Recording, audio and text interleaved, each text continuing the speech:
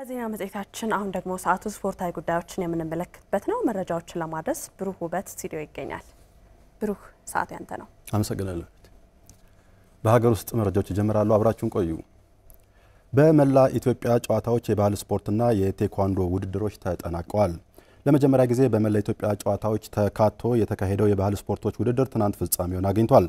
በቀስት የድብልቅና የነጠላ ውድድር የአማራ ክልል 2 ወርቅ ሜዳሊያን አግኝቷል። በኩርቦ ውድድርም ተጨማሪ 2 የወርቅ ሜዳሊያን በመዝጊያው ዕለት አማራ ክልል አስመዝግቧል።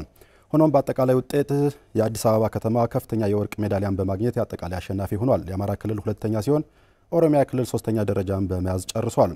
የወርልድ ቴኳንዶ ስፖርትም ትናንት ሲጠናቀቅ የኦሮሚያ ክልል አጠቃላይ አሸናፊ ሆኗል። 7 ወርቅ ሜዳሊያን ኦሮሚያ ክልል ሲያገኝ አማራ ክልል በ5 ወርቅ ሜዳሊያ 2ኛ ሆኗል። አዲስ አበባ በ4 ወርቅ 3ኛ ደረጃን ይዞ አጠናቋል።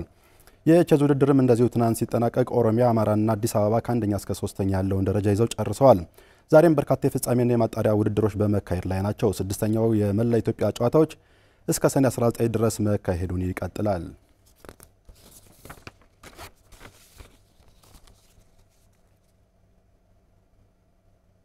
የኢትዮጵያ ፕሪሚየር ሊግ የመጨረሻ ሳምንት መርሃ ግብር ከዛሬ ጀምሮ መካሄድ ይጀምራል። ፕሪሚየር ሊጉ ዛሬ በአዳማ ሳይንስና ቴክኖሎጂ ዩኒቨርሲቲ ስቴዲየም በሚደረጉ 2 ጨዋታዎች ይቀጥላል። ከቀኑ 9 ሰዓት ላይ ኢትዮጵያ ቡና ከኢትዮጵያ ንግድ ባንክ ይጫወታል። ኢትዮጵያ ቡና በ59 ነጥብ 2ኛ ደረጃን ይዟል። በሊጉ 2ኛ ደረጃን ይዘው ማጠናቀቃቸውን ያረጋገጡት ቡናማዎቹ ካሸነፉ በሊጉ 18ኛ ድላቸው ሆኖ ይመዘገብላቸዋል። ያምናው የሊጉ አሸናፊ ኢትዮጵያ ንግድ ባንክ በ43 ነጥብ 11ኛ ላይ ነው። ቡድኑ በ35ኛ ሳምንት ሀዲያ ሆሳዕናን በማሸነፍ በሊጉ መቆየቱን ማረጋገጡ የሚታወስ ነው። በዕለቱ በሚደረገው ሁለተኛው መርሃ ግብር ቅዱስ ጊዮርጊስ ከመቻል ምሽት 12 ሰዓት ላይ ጨዋታቸውን ያደርጋሉ። የ16 ጊዜ የሊጉ አሸናፊ የሆነው ቅዱስ ጊዮርጊስ በ45 ነጥብ 7ኛ ደረጃ ላይ ሲገኝ መቻል በ44 ነጥብ 9ኛ ደረጃን ይዟል። የኢትዮጵያ ፕሪሚየር ሊግ የመጨረሻ የሆነው የ36ኛ ሳምንት መርሃ ግብር እስከ ሰኔ 19 ቀን 2017 ዓ.ም ድረስ ይቆያል። በተለይ ቀሪ 2 ወራጅ ክለቦች ከነገ በኋላ በሚደረጉ ጨዋታዎች የሚለዩ በመሆኑ ጨዋታዎቹ ተጠባቂ ሆነዋል።